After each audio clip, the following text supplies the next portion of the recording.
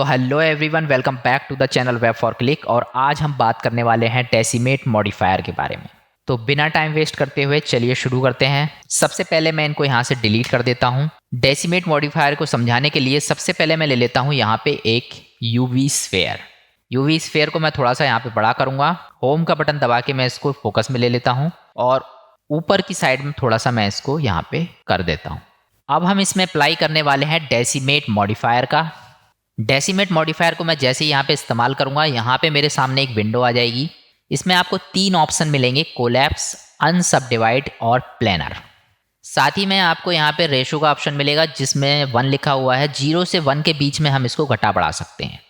अगर मैं इस रेशो के ऑप्शन को पकड़ के यहाँ से कम करने की कोशिश करूँगा तो आप देखेंगे कि मेरा जो मॉडिफायर है वो धीरे धीरे करके यहाँ पे बिल्कुल कम होता चला जाएगा, सिकुड़ता चला जाएगा और लास्ट में सिर्फ एक प्लेन बन के रह जाएगा। अगर हम इस पे कर्सर लेके आएंगे तो इसमें साफ साफ लिखा हुआ है कि यूज एज कोलैप्सिंग। कोलैप्स का हिंदी में मतलब होता है किसी भी चीज को सिकोड़ना, और एज कोलैप्सिंग इसमें लिखा हुआ है तो इसका मतलब है इसकी जो एजेस हैं वो धीरे धीरे करके यहाँ पे सिकुड़ती चली जाएंगी रेशो की मदद से, और लास्ट में जाके ये एक प्लेन बन जाएगा। तो डेसिमेट मॉडिफायर का काम होता है किसी भी ऑब्जेक्ट को यहाँ पे सिकोड़ के कम करना। ये मैं आपको पहले भी बता चुका हूँ कि किसी भी चीज़ का कंट्रोल हमको आना चाहिए और हमें पता होना चाहिए कि वो ऑप्शन आखिर कहाँ पे इस्तेमाल होता है, तभी हम उसका सही से इस्तेमाल कर सकते हैं। अदरवाइज़ वो ऑप्शन केवल हमारे लिए एक ऑप्शन रह जाएगा, हम उसका इस्तेमाल कभी नहीं कर सकते। तो सबसे पहले चलिए देख लेते हैं कि डेसिमेट को आखिर कहाँ पे इस्तेमाल किया जाता है। तो यहाँ पे आप देख सकते हैं मेरे पास में एक सीन है जिसमें डेसिमेट का बहुत ज़्यादा इस्तेमाल हुआ है। इसमें आप देख सकते हैं किस तरीके से मेरे पास में काफ़ी सारे पेड़ हैं, पत्थर भी हैं और एक घर भी है, और साथ में ही यहाँ ऊपर की साइड में बादल भी हैं। इनको अगर आप गौर से देखेंगे तो इसमें आपको कुछ इस तरह की आकृति दिखाई देगी। इसमें छोटे छोटे आपको ट्रायंगल्स यहाँ पे दिखाई दे रहे हैं। इसका मतलब है इसको सिकोड़ के छोटा किया गया है। मैश जो है इसको जब हम डेसिमेट करते हैं तो इस तरह का ऑप्शन हमारे पास में आता है, और इस तरह के जितने भी सीन हम यहाँ पे बनाएंगे वो सब डेसिमेट की मदद से बनाए जाते हैं। इसमें अगर आप इसके पहाड़ को देखेंगे तो इसमें भी आप देख सकते हैं कितने नुकीले इसमें पत्थर यहाँ पे दिखाई दे रहे हैं आपको, और साथ ही में इसमें छोटे छोटे पत्थर भी ऊपर रखे हुए हैं, और इन पत्थरों को भी यहाँ पे डेसिमेट की मदद से बनाया गया है। तो इस तरह का सीन जहाँ भी हमें बनाने की ज़रूरत पड़ती है उसमें डेसिमेट बहुत ज़्यादा काम आता है। तो चलिए सबसे पहले डेसिमेट को डिटेल में समझ लेते हैं, उसके बाद में कुछ इस तरह का एक पेड़ बना के देखेंगे जैसा कि ये पेड़ यहाँ पे मौजूद है। तो वापस से आ गए हम अपनी ब्लेंडर की स्क्रीन पे। इन तीनों में सबसे पहला ऑप्शन मेरे पास कोलैप्स है, दूसरा अनसबडिवाइड है और तीसरा प्लेनर है। इन तीनों को डिटेल में 1 बाय 1 समझेंगे। सबसे पहले कोलैप्स के सारे ऑप्शन यहाँ पे समझ लेते हैं। इसमें सबसे पहले मेरे पास ऑप्शन दिया हुआ है रेशो। रेशो मैं आपको बता ही चुका हूँ, इसकी मदद से हम इसको खींच के यहाँ पे कम या ज़्यादा कर सकते हैं, और जैसे ही मैं इसको कम करूंगा मेरे जो फेसेस हैं इसमें से सिकुड़ने लगेंगे धीरे धीरे करके, और वो सिकुड़ के लास्ट में एक छोटा सा प्लेन बन के मेरे पास आ जाएगा। कितने फेसेस इसमें बढ़ रहे हैं, कितने फेसेस घट रहे हैं, उसके जो काउंट है नीचे की साइड आप यहाँ पे देख सकते हैं। तो ये सिंपल सा मेरे पास में एक ऑप्शन है जिसको मैं यहाँ पे इस्तेमाल कर सकता हूँ, रेशो। नेक्स्ट हमारा ऑप्शन है इसमें सिमेट्री। सिमेट्री का हिंदी में मतलब होता है समरूपता। जैसे ही मैं इसको टिक करूंगा तो मेरे सामने यहाँ पे 3 एक्सिस बनी हुई नजर आ जाएंगी। देख सकते हैं इनमें से क्लिक करके मैं किसी भी एक्स को सेलेक्ट कर सकता हूं। फिलहाल ये एक्स एक्सिस पे है, तो ग्लोबली हमारी जो एक्स एक्सिस है वो रेड वाली लाइन है। इस ऑब्जेक्ट को अगर हमें सिमेट्री के रूप में देखना है तो उसके लिए मैं यहाँ से फिलहाल डिलीट कर देता हूँ, और आपको समझाने के लिए यहाँ से ले लेता हूँ एक मिरर मॉडिफायर। मिरर मॉडिफायर से हम किसी भी ऑब्जेक्ट का दूसरा रूप बना सकते हैं जैसा कि बिल्कुल हमें शीशे में दिखाई देता है। और मिरर को मैं पहले भी आपको एक बार बता चुका हूँ, एपिसोड नंबर 24 में मैंने कैरेक्टर में मिरर इस्तेमाल किया था, वहाँ पे जाके आप देख सकते हैं। फिलहाल के लिए मैंने ये यहाँ पे अप्लाई कर दिया है, और मुझे अगर इस ऑब्जेक्ट का दूसरा ऑब्जेक्ट मिरर करना है तो सबसे पहले मुझे जाना पड़ेगा एडिट मोड में। यहाँ पे अगर मैं इसको आगे पीछे करूँगा तो आप देख सकते हैं यहाँ पे इसमें कोई भी मिररिंग नहीं हो रही है। इसका रीज़न ये है कि मेरा जो ओरिजिन पॉइंट है वो एक जगह पे यहाँ पे रखा हुआ है, और इस ऑब्जेक्ट के साथ ये यहाँ पे मूव होता है ऑब्जेक्ट मोड में। लेकिन जैसे ही मैं यहाँ पे एडिट मोड में जाऊँगा और सिंपली इसको अगर मैं यहाँ पे पीछे की साइड में खिसकाऊंगा तो आप देखेंगे मिरर होके मेरा एक दूसरा ऑब्जेक्ट यहाँ पे आ जाएगा। ये दोनों के दोनों ऑब्जेक्ट बिल्कुल सेम हैं, और मैं जैसे टैब दबा के बाहर आऊँगा अब ये 2 ऑब्जेक्ट मेरे पास में आ चुके हैं, लेकिन ये दोनों इंटरलिंक्ड हैं और एक ही ऑब्जेक्ट यहाँ पे मेरे पास मौजूद है। केवल आपको समझाने के लिए मैंने ये मिरर किया है ये दोनों एक ही ऑब्जेक्ट। अब मैं इसमें अप्लाई करूँगा डेसिमेट मॉडिफायर का। सबसे पहले मैं सिमेट्री पे क्लिक करूँगा और इसमें एक्स एक्सिस पे आप देख रहे हैं कि अभी मैंने रेड वाली लाइन पे इसका एक डुप्लीकेट लिया है। जो भी चेंजेस इसमें होने वाले हैं उसको अगर मैं ठीक तरीके से देखना चाहता हूँ तो व्यू ओवरले का एक ऑप्शन मेरे पास है। इसमें मेरे पास एक ऑप्शन मिलेगा ज्योमेट्री का। यहाँ पे अगर मैं क्लिक करूँगा और वायर फ्रेम को ऑन करूँगा तो अब मेरे जो फेसेस हैं वो यहाँ पे हाईलाइट हो जाएंगे और जैसे जैसे ये कम या ज़्यादा होंगे मुझे सही तरीके से दिखाई देने लगेगा। अब मैंने यहाँ पे एक्स एक्सिस सेलेक्ट किया हुआ है और जैसे ही मैं इसको यहाँ पे कम करूँगा आप देखेंगे कि दोनों बिल्कुल सेम तरीके से मेरे सामने चेंज हो रहे हैं। जो भी चेंजेस इसमें इधर की साइड हो रहा है बिल्कुल सेम चेंज वो दूसरी साइड हो रहा है दूसरे ऑब्जेक्ट में। और धीरे धीरे करके जैसे मैं इसको कम करता चला जाऊंगा लास्ट में मेरे ये दोनों एक प्लेन बन जाएंगे। जैसे ही मैं इसको बढ़ाऊंगा आप देख सकते हैं बिल्कुल सेम तरीके से ये दोनों में।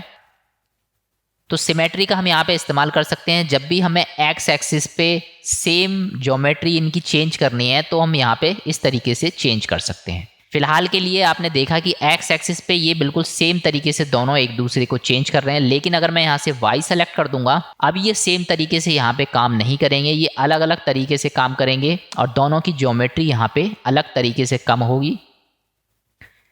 लास्ट में अगर मैं इसको आपको दिखाऊंगा यहाँ पे तो आप देख सकते हैं किस तरीके से जो ज्योमेट्री है लास्ट की वो बिल्कुल दोनों की डिफरेंट आ चुकी है।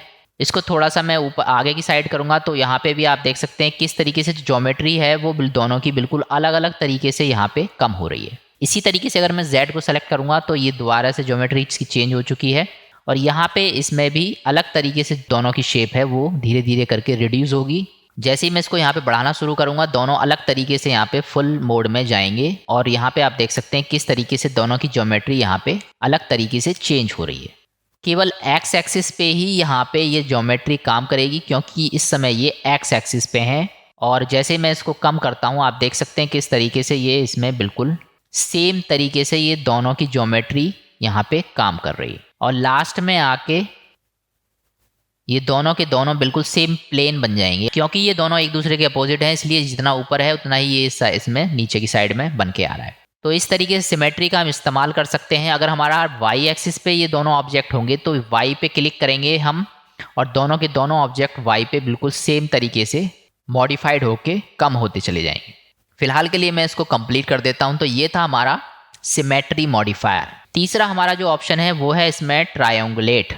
ट्रायंगुलेट पे अगर मैं यहाँ पे क्लिक करूँगा और अब मैं इसको यहाँ पे कम करूँगा तो स्क्वायर के रूप में जो मेरे फेसेस हैं वो यहाँ पे कम होने स्टार्ट होंगे और सबसे ज़्यादा ये ट्रायंगल इसमें बनाएगा। ट्रायंगल की शेप में ये यहाँ पे कम होते चले जाएंगे। तो कभी भी अगर हमें ज़्यादा ट्रायंगल की ज़रूरत पड़ती है तो वहाँ पे हम इसको ट्रायंगुलर पे क्लिक करके कम कर सकते हैं और जहाँ पे भी हमें शेप ज़रूरत पड़े वहाँ पे इसको छोड़ सकते हैं। तो इस तरीके से ये बिल्कुल ट्रायंगल की शेप में कम या ज़्यादा हम यहाँ से इसको कर सकते हैं। तो ट्रायंगुलर आपको समझ में आ गया होगा। फिलहाल मैं इसको यहाँ से डिलीट कर देता हूँ। फिर से मैं यहाँ पे एक ऑब्जेक्ट ले लेता हूँ यूवी स्फेयर। स्केल करके मैं इसको थोड़ा सा बड़ा कर देता हूँ। होम का बटन दबा के फोकस में लेके आऊँगा। फिर से मैं इसमें अप्लाई करूँगा डेसिमेट मॉडिफायर का। चलिए आगे बढ़ते हैं। इसमें नेक्स्ट ऑप्शन है मेरे पास में वर्टेक्स ग्रुप। वर्टेक्स ग्रुप भी मैंने आपको पहले एक बार बताया था, आप मेरी बेवल मॉडिफायर की क्लास में जाके उसको देख सकते हैं। फिलहाल में अभी यहाँ पे हम वर्टेक्स को चेक करेंगे वो किस तरीके से काम करता है। वर्टेक्स पे अगर मैं क्लिक करूँगा अभी आप देख रहे हैं यहाँ पे कोई ग्रुप नहीं बना हुआ है, इसलिए ये इसमें बिल्कुल खाली आ रहा है। अगर हमें वर्टेक्स ग्रुप बनाने हैं तो हमें जाना पड़ेगा सबसे पहले एक ऑप्शन में जिसका नाम है object data properties. Object data properties पे जैसे ही मैं क्लिक करूँगा वर्टेक्स ग्रुप मेरे सामने आ जाएगा और यहाँ पे मैं जितने चाहूँ यहाँ पे इनको क्लिक करके ग्रुप बना सकता हूँ। तो सबसे पहले मुझे इसके लिए एडिट मोड में जाना पड़ेगा और इसके जितने भी फेसेस के मैं ग्रुप चाहूँ यहाँ पे बना सकता हूँ। फिलहाल मैं ऊपर से यहाँ पे फेसेस को सेलेक्ट कर लेता हूँ। ऑल्ट दबा के मैं इसको यहाँ से सेलेक्ट करूँगा। कंट्रोल प्लस से मैं इसको यहाँ पे इतने यहाँ पे इसको सेलेक्ट कर लेता हूँ। आप देख सकते हैं इतने का मैंने एक ग्रुप बना दिया है। इस ग्रुप के लिए मैं यहाँ से वर्टेक्स पे प्लस वाले बटन पे क्लिक करूँगा और यहाँ पे इसका नाम दे देता हूँ टॉप।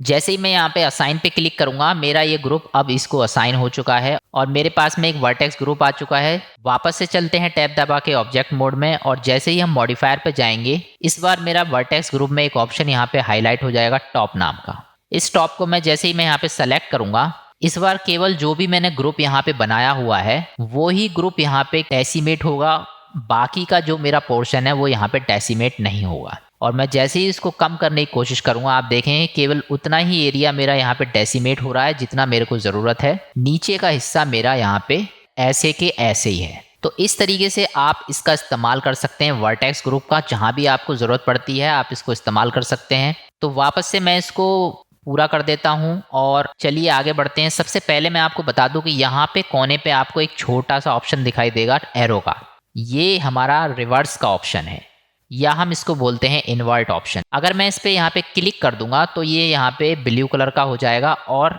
जो भी मैंने ग्रुप यहाँ पे सेलेक्ट किया था उसके अलावा जितना भी पोर्शन यहाँ पे बचा हुआ है, अब वो पूरा पोर्शन यहाँ पे चेंज होगा क्योंकि मेरा जो वर्टेक्स ग्रुप है वो इन्वर्स हो चुका है। अब मैं यहाँ से अगर इसको कम करूँगा तो आप देखेंगे कि धीरे धीरे करके ये सारे के सारे ऑप्शन यहाँ पे कम होते चले जाएंगे और नीचे जितने भी फेसेस हैं मेरे वो यहाँ पे कम हो जाएंगे। इस तरीके से अगर आपको कभी भी कोई भी आकृति बनानी है तो आप इस तरीके से उसके निचले हिस्से को यहाँ पे डेसिमेट कर सकते हैं।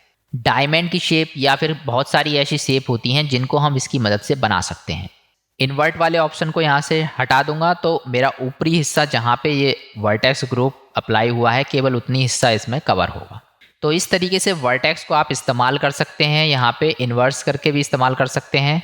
नीचे इसमें एक ऑप्शन दिया हुआ है फैक्टर का, आप जितना इसको यहाँ पे बढ़ा देंगे उतना ही यहाँ तेजी से ये इसमें रेशो को कम या ज़्यादा करेगा।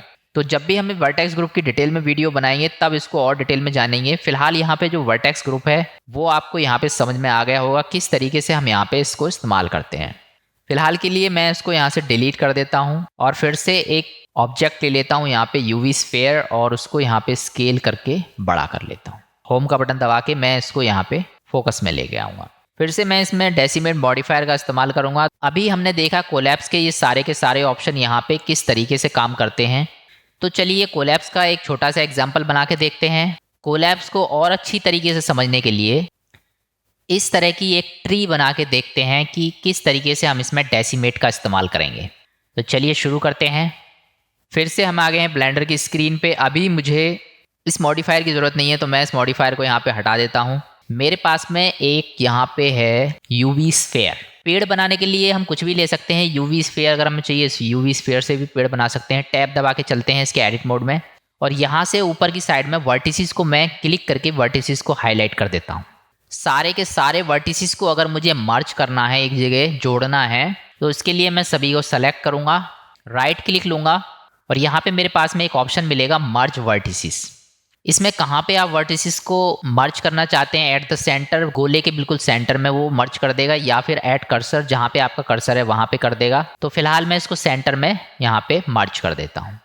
तो आप देख सकते हैं जहाँ पे मेरा 3D कर्सर था वहाँ पे इसने इसको यहाँ पे मर्ज कर दिया है। मेरे पास में सिर्फ एक वर्टिसेस बची है या हम बोल सकते हैं एक ओरिजिन पॉइंट बचा हुआ है। इस ओरिजिन पॉइंट से हम अब पेड़ बनाएंगे। किस तरीके से बनाएंगे आइए देख लेते हैं। इस वर्टिसेस को अगर मैं ऊपर की तरफ ले जाना चाहता हूं तो ई बटन दबाऊंगा और Z डायरेक्शन में यानी ऊपर की साइड में ऊपर की साइड करूंगा तो जितना मेरे को इसका तना रखना है मैं यहाँ से रख सकता हूँ। सबसे पहले हम इसमें यहाँ पे ब्रांचेस बनाते हैं तो एक ब्रांच हम इसमें इधर की साइड मोड़ देते हैं। ई का बटन दबाऊंगा इसमें दोबारा से और इस बार मैं वाई एक्सिस पे यानी ग्रीन वाली एक्सिस पे इसको इधर की साइड बढ़ा देता हूँ और ई का बटन दबा के फिर से मैं इसको आगे की साइड बढ़ाऊंगा। फिर से ई का बटन दबा के आगे की साइड बढ़ाऊंगा और रैंडमली इस बार मैं ई का बटन बढ़ा के जितना मुझे इसका ब्रांच रखनी है उतना मैं यहाँ पे इसको बढ़ा दूंगा। फिर से मैं इसको यहाँ पे सेलेक्ट करूँगा, दोबारा से ई का बटन दबाऊंगा और Z डायरेक्शन में दोबारा से मैं इसको ऊपर की साइड ले लेता हूँ। इस बार जो ब्रांचेज है मैं इधर की साइड निकाल देता हूँ। ई दबाऊंगा दोबारा से और Y डायरेक्शन में थोड़ा सा मैं इसको इधर की साइड कर लेता हूँ। फिर से ई दबाऊंगा, फिर से मैं इसको ऊपर की साइड रैंडमली ले लूँगा। फिर से ई दबाऊंगा और बिना किसी बटन के मैं इसको फिर से रैंडमली इधर की साइड यहाँ पे कर देता हूँ। एक ब्रांच में अब मैं इसकी इधर की साइड ले लेता हूँ। इसको सेलेक्ट करूँगा, यहाँ पे ई दबाऊंगा और Z डायरेक्शन में ऊपर की साइड दोबारा से इसको थोड़ा सा बढ़ा देता हूँ। एक्सट्रूड करने के लिए फिर से मैं ई लूँगा और इसको थोड़ा सा मैं इस बार इधर की साइड ले लेता हूँ रैंडमली। फिर से ई दबा के थोड़ा सा और बढ़ाऊँगा, फिर से ई दबा के थोड़ा सा और बढ़ा देता हूँ। इस तरीके से आप इसकी ब्रांच बना सकते हैं। जितनी भी आपको ब्रांच की ज़रूरत पड़ती है आप इसमें बना सकते हैं। फिर से मैं ई इसमें दबाऊंगा और इसको थोड़ा सा ऊपर बढ़ाऊंगा Z डायरेक्शन में और टॉप से अगर मैं देखूंगा आप देख सकते हैं कि मेरी जो ब्रांचेस हैं इधर इधर बन चुकी हैं। तो एक ब्रांच मैं इसमें इधर की साइड बढ़ा देता हूँ। ई दबा के इस बार मैं इसको इधर की साइड करूँगा, फिर से ई दबाऊँगा, फिर से थोड़ा सा मैं इसको इधर की साइड बढ़ा देता हूँ।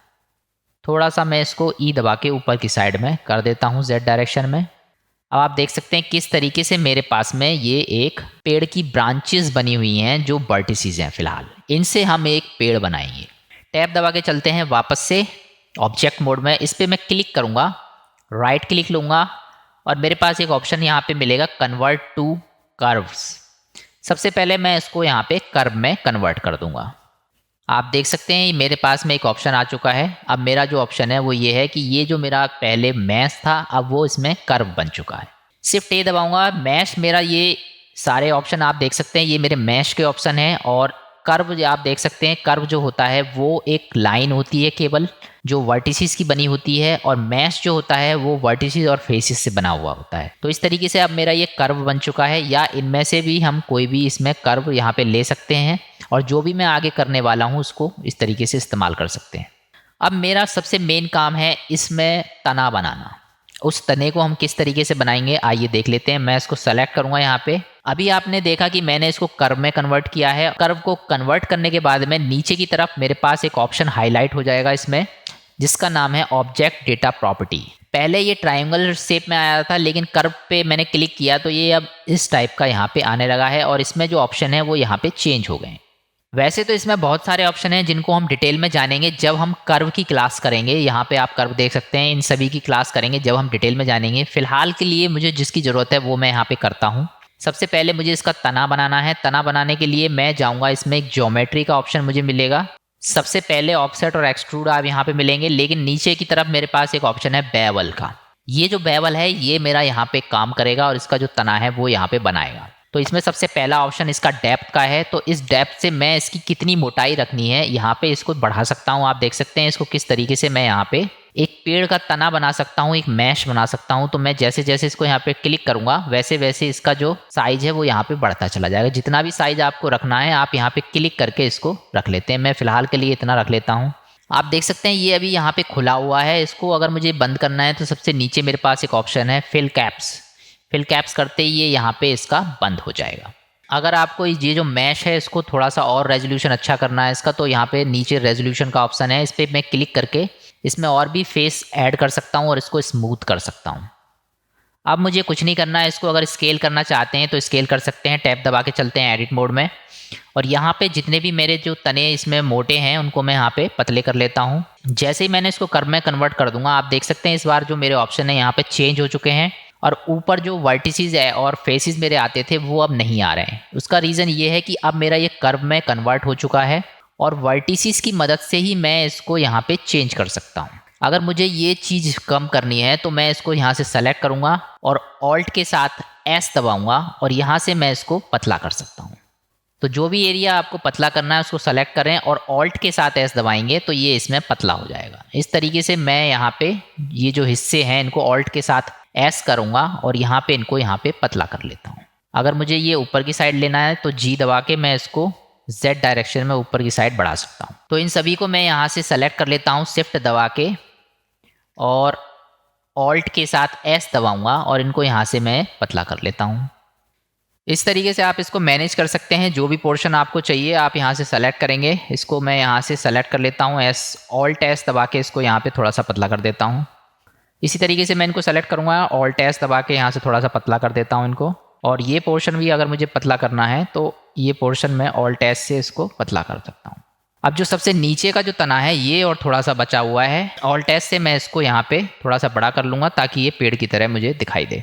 इस वाले तने को भी मैं यहाँ से ऑल्ट एस करके थोड़ा सा बड़ा कर लेता हूँ। तो उसको मैनेज करने के बाद जैसे ही टैब दबा के हम ऑब्जेक्ट मोड में आएंगे आप देख सकते हैं किस तरीके से जो एक तना है वो मेरा यहाँ पे बन के आ चुका है।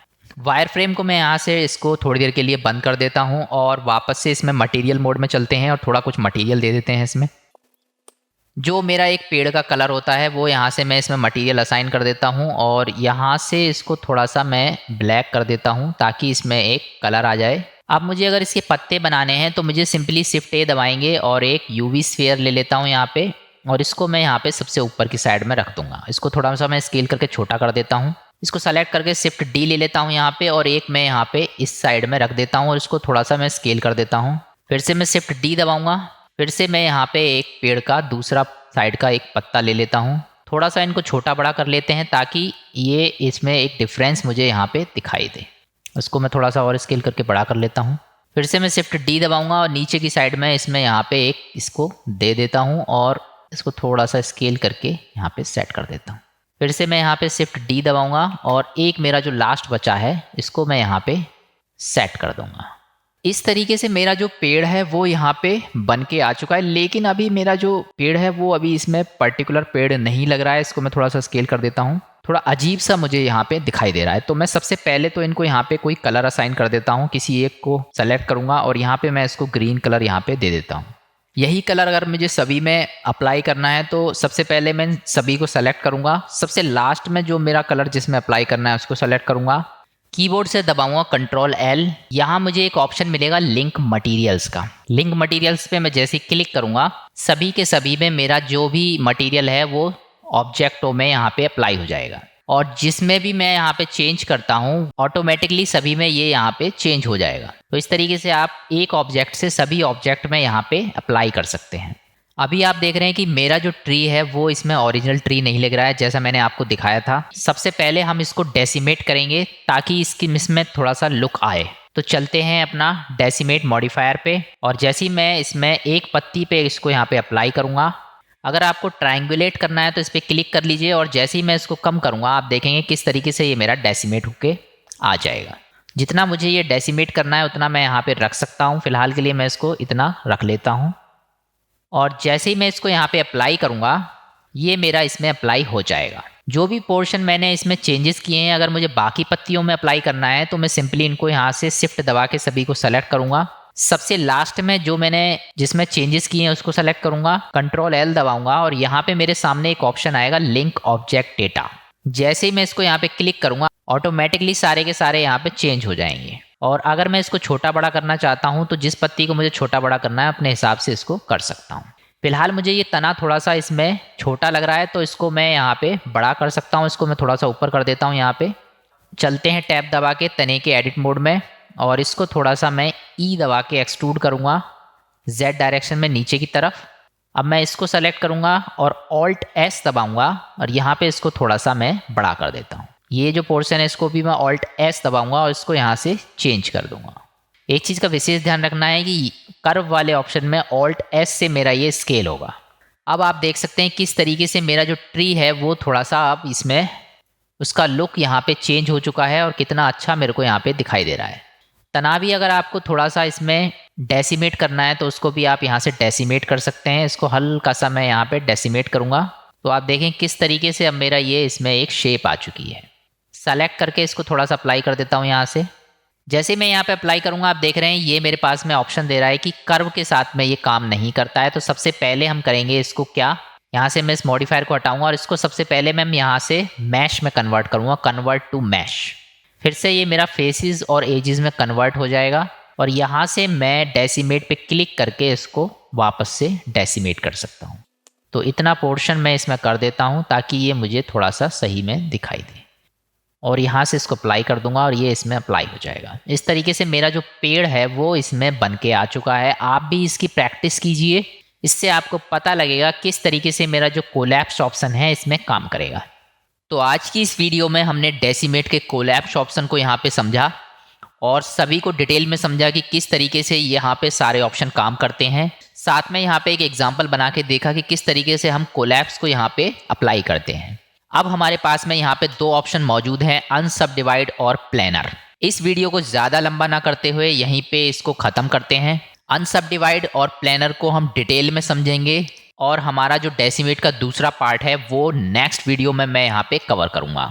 नेक्स्ट वीडियो का यहाँ पे आपको ज़्यादा इंतजार नहीं करना पड़ेगा, 1-2 दिन में मैं यहाँ पे जल्दी से जल्दी इसको अपलोड कर दूंगा। तो मिलते हैं नेक्स्ट वीडियो में, तब तक के लिए goodbye. If you like this video, please like, share, and subscribe.